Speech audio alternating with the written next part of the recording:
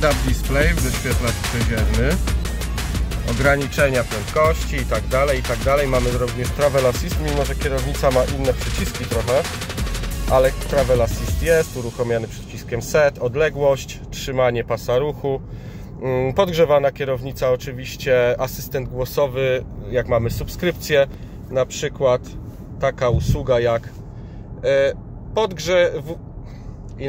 włącz podgrzewanie foteli. Och, jeszcze tego nie wiem. To powiedz jakiś dowcip. Oto przegląd funkcji, które można obsługiwać za pomocą głosu. Uruchom ogrzewanie fotela.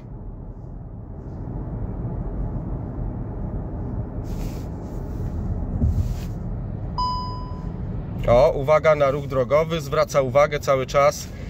Jak spojrzę się na ten ekran, zaraz mi powie, że się nie patrzy na ekran. No, są to takie uporczywe rzeczy. Tu przewijając na przykład w funkcjach, zaraz będziemy mieć zablokowany ekran, żeby nie przewijać dalej. Zwłaszcza, że jadę na Travel Assist, ja nic nie robię, nawet nie muszę rąk ani nóg trzymać na pedałach, ani rąk na kierownicy. System Side Assist jest wspomagany tymi ambientami, jeszcze nie doszedłem, gdzie się ambienty zmienia. No, ale znowu woła, przejmij kierowanie, ale całkiem w taki kulturalny sposób. Jak widzicie, oczywiście nie, to jest HEV, zwał jak zwał. Przejedziemy tutaj przez ten, on teraz się rozpędza do zadanej prędkości, ale ja sobie zmniejszę, po co mi się śpieszyć, 70 na godzinę jest ograniczenie i tyle się będę trzymał. Oczywiście, żebyście nie mieli wątpliwości, nagrywam kamerką przymocowaną do klatki piersiowej.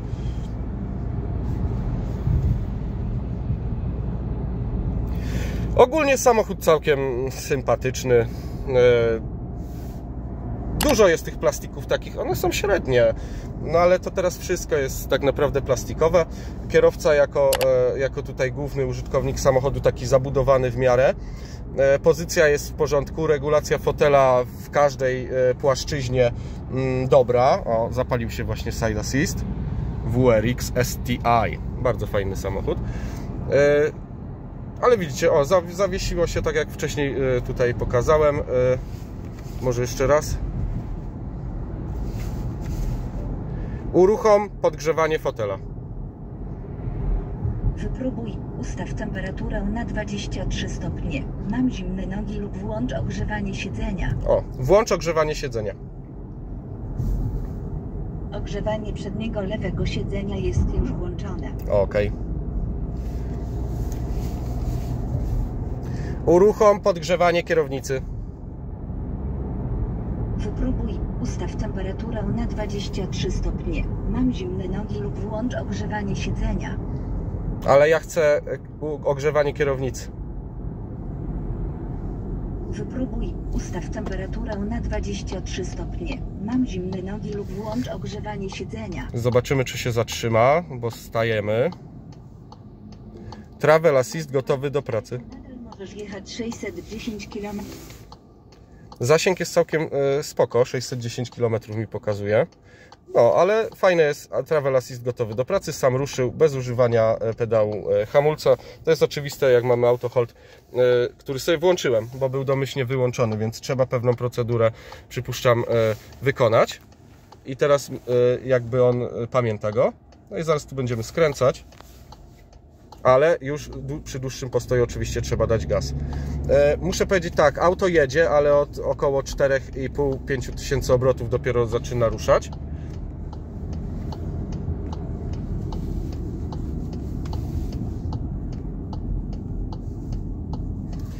Tutaj już Wam zsunąłem belkę asystentów, która jest w miarę spoko dostępna w łatwy sposób. Wyłączyłem sobie oczywiście poznawanie, może nie tyle rozpoznawanie znaków drogowych, co informacje o tym, żeby zwolnić. One są cały czas uruchomione domyślnie po odpaleniu samochodu. Jak również wyłączyłem start-stop. No nie widzę tutaj uzasadnienia dla używania start-stop w takim samochodzie. W ogóle nie widzę. Ale to każdy może mieć swoją opinię. Jeżeli chcecie się nią podzielić, dlaczego powinien być start-stop w samochodach uruchamiany na stałe, to dajcie znać. Przejadę się tutaj jeszcze kawałek po okolicach Katowic i zobaczymy właśnie jak to przyspiesza w takich niskich wartościach prędkości, bo na trasie no jest średnio. Wydaje mi się, że około 9-10 sekund do setki to ma. Bardziej słychać wycie silnika niż realną jazdę. Nie wiem, czy się nie wrąbałem, bo będę tą drogą wracał, a z naprzeciwka mam dosyć spory korek. Chciałem się jeszcze chwilę zatrzymać i obejść sobie to auto z zewnątrz, zobaczyć jak wygląda przestrzeń bagażowa. Muszę powiedzieć, ten Sennheiser mega bardzo dobrze działa. Ktoś tutaj niestety, poprzedni użytkownik, ustawił wszystkie wzmocnienia equalizera na full, zmniejszyłem sobie, ale no gra to, no to nie jest Beats, jest dużo lepszy, jest naprawdę warty dołożenia, zwłaszcza, że tak jak konfigurowałem sobie ten samochód, to około 2400 zł dopłaty to wymaga. O, ale tak jak widzicie, przerywa nagranie. Tu gdzieś zatrzymam się i zaraz będę oglądał i zawracał. Samochód został mi udostępniony na godzinkę, tak więc zobaczę. Postaram się wyrobić w tym czasie. Oczywiście manetką możemy sobie zmienić tryb na sport, ale zauważyłem coś interesującego. Zobaczcie, jak zacznę przyspieszać, mam gdzieś buczenie w drzwiach. Ja słyszę z drzwi po prostu, jakby tam coś było, nie wiem, długopis i on tak robi. Bardzo dziwne. Jest na minusie, muszę powiedzieć tak, że auto zmrożone, wsiadłem i póki co jest chyba w miarę dobrze spasowane, oprócz tego dzwonienia w tych drzwiach, bo nic specjalnie nie skrzypi. Ja sobie wysiądę, zobaczę, czy tu jest elektryczna klapa. Jest. Ok, no to otwieramy i oglądamy. Tak, masz ręczny, nie bój się. Cupra Terramar. Pojemność bagażnika to jest MHEV 1.5. Pojemność bagażnika, mogę powiedzieć, że taka przy złożonej do góry podłodze, no to mniej więcej taka jak w Aronie. No i tutaj nie mamy za bardzo wyboru, bo tutaj jest dojazdówka. 18. Dosyć spory kawał koła. No i mamy wyściółkę tą całą bagażnika. Podłoga regulowana w 2 poziomach. Ok, i można praktycznie na płasko, przypuszczam, złożyć. Mamy kamerę, tak jak wcześniej wspomniałem, cofania 360, czujniki też wszystko, chyba 12-kanałowe PDC. Hamulce z tyłu całkiem fajne, wygląda mi na 310 mm, a z przodu, jeżeli z tyłu jest 310, to ten przód wygląda no, na dosyć mały. Nie wiem, nie skłamałbym, twierdząc, że to jest około 320 mm.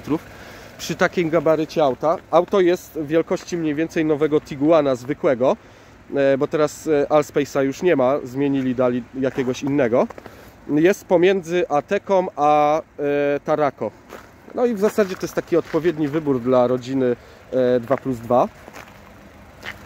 Całkiem fajnie się prezentuje, nawet w tym białym. Ja absolutnie nie chciałbym koloru tego szarego. Nokiany widzę na zimę założone. Bardzo duże lusterka, przeogromne wręcz można powiedzieć, nie jak nawet do tej bryły, ale przez to jest dobra widoczność. Czarne elementy relingów, lotka rekina, no tak jak wspomniałem i jak widzicie, elektrycznie sterowana klapa, przycisk, wszystko jest dokładnie takie jak w każdym. Oczywiście mamy tutaj listwę całą, podświetlany znaczek Cupra. Ja sobie jeszcze wsiądę na chwilkę do tyłu. No te wstawki Cooper, tak zwany kolor Cooper. No, tu mamy całe fotele z oparciami. Jest nawiew. Tak jak mówiłem, szklanka. Tu też dziwne, jakaś niedoróbka wisi, coś zostawiam, nie tykam. Cykory. No, oświetlenie jest już dotykowe. Całkiem fajny pomysł. Dobra, zgaś się. Nie czerp energii. Mamy klimatyzację, czyli mamy dwu- albo trzystrefową klimatyzację, ale z nawiewami i wyborem temperatury z tyłu. Fotele, miejsca? No to całkiem. Jest ustawiony fotel pode mnie. To zobaczcie. Nie jest wcale tak fenomenalnie. Tylko że ja fotel dałem na maksa na dół. Ktoś tutaj jeździł z głową prawie nas przy suficie. Ja oczywiście nie dotykam. Natomiast tutaj, no dla mnie za sobą samym usiąść jest komfortowo. Mam 178 cm wzrostu, więc nie jestem zbyt wysoki. Podłokietnik z cup holderem. 3 zagłówki, skóra, ale to jest eko, to czuć. No te uchwyty, tutaj miękko, tu plastik dosłownie taki ibizowy, dokładnie taki sam, tylko że jest inna faktura tego plastiku. No ale to jest miękkie, Wyściółki w schowkach zapomnij, to by trzeba było od razu doposażać. Schowane progi, to jest spoko opcja z uszczelką, no ale tutaj te elementy właśnie w ten sposób takie zasłaniane. Oczywiście keyless jest na wszystkich drzwiach, no to jest spoko, to jest opcja, którą warto wybrać. Elektryczny fotel z funkcją, no oczywiście przypomnienie o otwarciu drzwi. No muszę powiedzieć, że jest w miarę ok, ale chyba nie tego się spodziewałem, brakuje mi tego, może nie, inaczej powiem. Spodziewałem się, że będzie lepiej, natomiast nie wiem, czy do przeżycia dla mnie są tutaj te uporczywe takie przypominania. Gdyby była możliwość wyłączenia tego, no patrzcie na drogę, przekroczyłeś prędkość. Okej, no przekroczyłeś prędkość, to tak jak mówię, wyłączyłem to. I to jest fajne, że to jest takie szybkie i że start-stop też tak szybko można wyłączyć. Natomiast tak, ustawiasz nawigację, patrzysz się tu. Już Ci wyskakuje tutaj na ekranie uważaj na ruch drogowy. Jak tu przewijasz, bo chciałem sobie ustawić muzykę i podczas jazdy chciałem zmienić jedną piosenkę na drugą, już mi pokazało skup się na drodze i przerwało i nie dało się dalej korzystać. Dziwne. Jeżeli chodzi o ładowarkę indukcyjną, no ja tutaj nie mam akurat telefonu z indukcyjnym ładowaniem. Ona jest tu, no nie wiem, no to jest takie fikuśne, jakby to powiedzieć. Designersko w porządku. Cup holdery też spoko, na dole jest miękka wyściółka, tutaj też jest miękkie. Podłokietnik tam wcześniej pokazywałem, ale on już mi takim właśnie trąci chińszczyzną i plastikiem. No, wysoki tunel środkowy, podłokietnik miękki, regulowany, ale już nie wysuwany, czyli tyle ile jest, może być na maksa, schowek głęboki. Jeżeli chodzi o miejsce, ja teraz mam na maksa fotel chyba w dół, zaraz sprawdzimy, tak, a nad głową mam, no w sumie 4 palce mi wchodzą bez problemu, wina raczej tego panoramicznego dachu. Nie będę go otwierał, nie ma takiej potrzeby. Jeżeli chodzi o ten ekran, to jest ten 12-calowy i całkiem spoko wygląda, całkiem robi wrażenie, natomiast jakość, na przykład jakość obrazu nie jest jakaś fenomenalna. Dosłownie powiedzmy taka sama jak w Aronie, tylko że tam on jest bardziej rozszerzony na całym. Ale fajnie, że wyświetla się to w takiej wielkości ekranu, na przykład w Formentorach jest wyświetlany w takim małym, to dla mnie ma znaczenie. No, ja wierzę, że tą platformę wkrótce odblokują i tutaj będzie można pousuwać te wszystkie, zwróć uwagę na drogę, odtwarzanie wideo i tak dalej. Dostęp do klimatyzacji jest też spoko w miarę, chociaż ja uważam, że powinna być na pokrętła tak jak klasycznie. Podgrzewanie foteli, tu sobie włączyłem wcześniej, dosyć mocno grzeje na 3. poziomie. Funkcje, podgrzewanie kierownicy również możemy włączać z tej pozycji. Od razu się to wszystko fajnie wyświetla. No i mamy też funkcję ambientowego oświetlenia. Oczywiście jest, widać to, jak ja przynajmniej widzę. Teraz się zmieniło na taki morski, mój ulubiony. Ale można sobie ustawić właśnie własne według profilu Drive Profile, elektryczny, też jakiś taki właśnie impulsowy, liquid. No bardzo fajnie, bardzo fajnie. Tryby jazdy oczywiście zmieniamy przyciskiem. Mamy tryb indywidualny, tryb komfort oraz tryb Cupra. Domyślnie 3 tryby jazdy. Drive Profile jest tutaj, nie ma tutaj nigdzie w przycisku. Tak samo jak nie zobaczymy tutaj właśnie wyłączania start-stop, tylko mamy w belce. Wi-Fi tu jest jeszcze dodatkowo chyba do włączenia. No, w trybie performance w miarę jedzie, zwłaszcza ze skrzynią w trybie S. Tu mamy za to ESC. No, przy takim aucie z tej wielkości nie wiem, czy to w ogóle jest potrzebne, ale no to jest takie, no, dla takich dziadziusiów jak ja, koło 40, żeby się trochę poczuć lepiej, jak najbardziej. Ok, no to ja oddaję auto, opinię swoją wyrobiłem. Auto godne, Myślę, że spoko. W tej wersji pewnie wyposażeniowej koło 210 000. 2-litrówka 4x4, 204 konie, koło 240 000. Z tym wyposażeniem spoko, tylko że jak będzie się dało powyłączać te wszystkie uporczywe dodatki. Wtedy ok. Jestem w stanie się zgodzić i przymknąć oko na te parę plastików, na te dzwonienie, jakieś kluczy w drzwiach i inne rzeczy. Schowek, miękkie otwieranie. Na koniec, ale oczywiście zwykły plastik. Ale chociaż jest lampka, nie trzeba dorabiać. Ale nie jest klimatyzowany. No cóż, w Aronie jest. Przynajmniej mojej. Dobra, pozdrawiam Was wszystkich serdecznie. Zostawcie łapkę w górę, lajka i subskrypcję. I powiedzcie w komentarzu, czy kupilibyście taki samochód? Cupra Terramar. Pozdrawiam. Jeszcze dwie szybkie uwagi na koniec. Jedna, no to wiadomo, są zmienione te przełączniki, bo skrzynię biegów mamy w prawej manetce, czyli nie mamy już wycieraczek w prawej manetce, wycieraczki są w lewej. Przyciskiem tym, którym byli asystenci, jest spryskiwacz, regulacja prędkości, oczywiście wycieraczki automatyczne, ale jak spryskiwałem szybę, to zauważyłem i mówię, ona jest mega mała. Bardzo, bardzo mała szyba. Widzimy co prawda maskę przed sobą, jak ja siedzę nawet w najniższym położeniu. Tej maski jest masa. To auto z przodu jest mocno zabudowane. Dużo miejsca zajmuje tutaj przednia część maski i ją bardzo wyraźnie widzimy. Natomiast szyba jest relatywnie niska. Nie tworzy to takiego efektu, czujemy się bardziej zabudowani. Tutaj mamy do tej pewnej wysokości dosyć wysoko poprowadzone właśnie linie okien. No jesteśmy tacy bardziej zabudowani w tym samochodzie. Ok, ja sobie włączę tempomat. Ok, uwaga na ruch drogowy, no zwraca uwagę. Ale teraz jakbym chciał właśnie coś tutaj porobić, puścić media. Ok, puścić jakąś piosenkę. I widzicie, ze względów bezpieczeństwa niektóre opcje obsługi są ograniczone podczas jazdy. I to nie jest tak, że one nie są dostępne, tylko że za długo dotykałem ekranu i nie skupiałem się na drodze. Ludzie, przecież jadę na Travel Assist.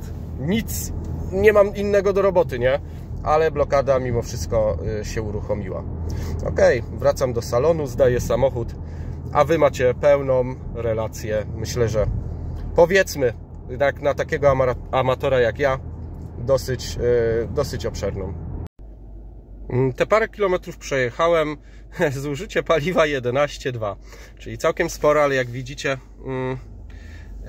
widzicie dosyć tak jakby wolno jechałem, auto było przez pewien czas odpalone, a jest to zrozumiałe. Wydaje mi się, że auto waży sporo ponad 1400 kg, prawie 1500. Czuć to przede wszystkim przy przyspieszaniu. Później jak już się rozbuja, tak jak mówiłem, około 4000 obrotów to idzie, natomiast przy ruszaniu jest mega ospały i dosłownie, nie wiem, kręcą się obroty, a auto stoi, nie?